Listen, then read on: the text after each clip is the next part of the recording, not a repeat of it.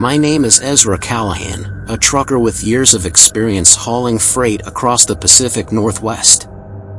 This story happened on a bitterly cold December night in 2018, during a haul from Seattle, Washington, to Billings, Montana. It's a night I'll never forget, and one I wouldn't wish on anyone. It was just past midnight when I crossed into the desolate stretches of Interstate 90. The snow was falling thick, blanketing the highway in an eerie stillness. The CB radio was unusually quiet, save for the occasional burst of static. The only sounds were the rumble of my engine and the wipers scraping across the windshield. Somewhere near Lookout Pass, I decided to pull into a rest area to grab a few minutes of shut-eye. The place was deserted, save for a rusted old station wagon parked at the far end of the lot. Its engine was running, and the faint glow of headlights cut through the falling snow. Something about it felt off. I parked my rig, stepped out into the biting cold, and immediately felt the hairs on the back of my neck stand up. The station wagon's windows were fogged over, and despite the engine being on, there was no sign of movement inside. I knocked on the window. "Hey, you all right in there?" No response. I called out louder. Nothing. Feeling uneasy, I decided to let it be. Whoever was inside clearly didn't want to be disturbed. I climbed back into my truck, locked the doors, and leaned my seat back, hoping to catch some rest. That's when I heard it, a faint voice crackling through my CB radio. "Help, someone. Lookout Pass." The voice was barely audible, distorted by static, but there was a desperation in it that chilled me to the bone. I grabbed the mic. "This is Ezra Callahan. I'm near Lookout Pass." "What's going on?" Static. Then, faintly, "Trapped, help." My gut twisted. Against my better judgment, I decided to investigate. I started my rig, turned on the high beams, and circled back to where the station wagon had been. But when I arrived, the car was gone. Only faint tire tracks in the snow remained. I got out, flashlight in hand, and scanned the area. That's when I noticed footprints, deep, erratic tracks leading from where the station wagon had been parked, disappearing into the dense forest beyond the rest area. I hesitated, every instinct screaming at me to leave. But something about the voice on the radio gnawed at me. I grabbed a wrench from my toolbox and followed the footprints into the woods. The forest was deathly silent, the only sound the crunch of snow under my boots. After what felt like an eternity, I stumbled upon a clearing. At its center stood an old, weathered cabin, its roof sagging under the weight of snow. The footprints led straight to the door, which was slightly ajar. "Hello?" I called out, my voice trembling. No answer. I pushed the door open and stepped inside. The cabin reeked of damp and decay. Strange symbols were carved into the walls, their meanings lost to time. In the center of the room was a CB radio, tuned to the same frequency I'd been using earlier. Next to it lay a crumpled photograph of a family, a man, a woman, and a young boy. The man looked eerily familiar. Then it hit me. He was the driver of the station wagon. Before I could process what I was seeing, the door slammed shut behind me. My flashlight flickered, and in its dying light, I saw movement, a shadow darting across the room. A low, guttural growl filled the air. Panic overtook me. I kicked the door open and ran, the sound of heavy footsteps closing in behind me. Branches tore at my jacket as I stumbled through the woods, the growls growing louder, more guttural. I didn't dare look back. I reached my truck, jumped inside, and locked the doors. My hands shook as I started the engine and floored it out of there. In my rearview mirror, I swear I saw a figure standing at the edge of the woods, watching me leave. I reported the incident to the authorities the next morning. They searched the area but found no cabin, no station wagon, and no sign of anyone matching the man in the photograph. To this day, I don't know what I encountered that night. But if you're ever driving through Lookout Pass after dark, be careful. And if you hear a voice on the CB radio calling for help, think twice before answering. My name is Carl Stevens, and I've been behind the wheel of a truck for over 15 years. I've driven through nearly every state in the country, but it wasn't until the summer of 2020 that I encountered something I still can't explain. It happened in the desert of Arizona, on a stretch of road that felt too empty, too quiet for comfort. I had just picked up a load of refrigerated goods in Tucson and was heading east to Albuquerque. It was a long haul, but the night was cool and clear, perfect for making good time. I was cruising along Highway 10, the landscape around me a vast expanse of sand and rocks, broken up only by the occasional desert shrub. The road stretched out ahead, disappearing into the dark horizon.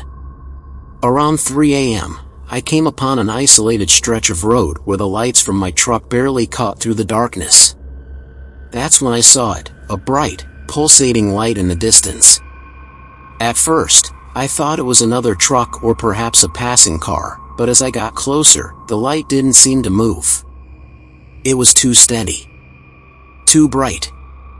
Curiosity got the best of me, and I slowed my truck down. The light wasn't coming from the highway, it was off to the side, deep in the desert. I could see it through the scrub, about a quarter mile off the road, hovering just above the ground. I pulled over, unsure of what I was seeing. The air was still, and the sound of my engine idling was the only thing breaking the silence. I turned on my high beams and shone them toward the light, but it didn't cast any shadows. It just hovered there, casting a soft, unearthly glow across the desert floor. A few moments passed, and I debated whether I should keep driving or investigate further. But something in me said to go take a closer look. It wasn't fear that drove me, it was the overwhelming sense of something unnatural pulling me in. I grabbed my flashlight, stepped out of the truck, and made my way toward the light. The ground beneath me felt oddly soft, like I was walking on a bed of sand, but with a strange, almost electric hum vibrating beneath my boots. As I got closer, I noticed that the light wasn't attached to anything, it was just floating, suspended in midair. I stopped in my tracks. The closer I got, the more the light seemed to intensify, as if reacting to my presence. My heartbeat quickened. The light wasn't normal, it wasn't a street lamp or anything man-made. It looked like some kind of glowing orb, and it pulsed in a slow, rhythmic pattern, almost like it was breathing. I had the distinct feeling that I wasn't supposed to be there. Something inside me screamed to turn around and get back to my truck, but my legs wouldn't move. I couldn't take my eyes off the orb. Just as I reached out a hand toward it, the light flickered, and suddenly, the air around me felt thick and oppressive. The hum beneath my feet grew louder, and I felt a pressure on my chest, like something was pushing against me.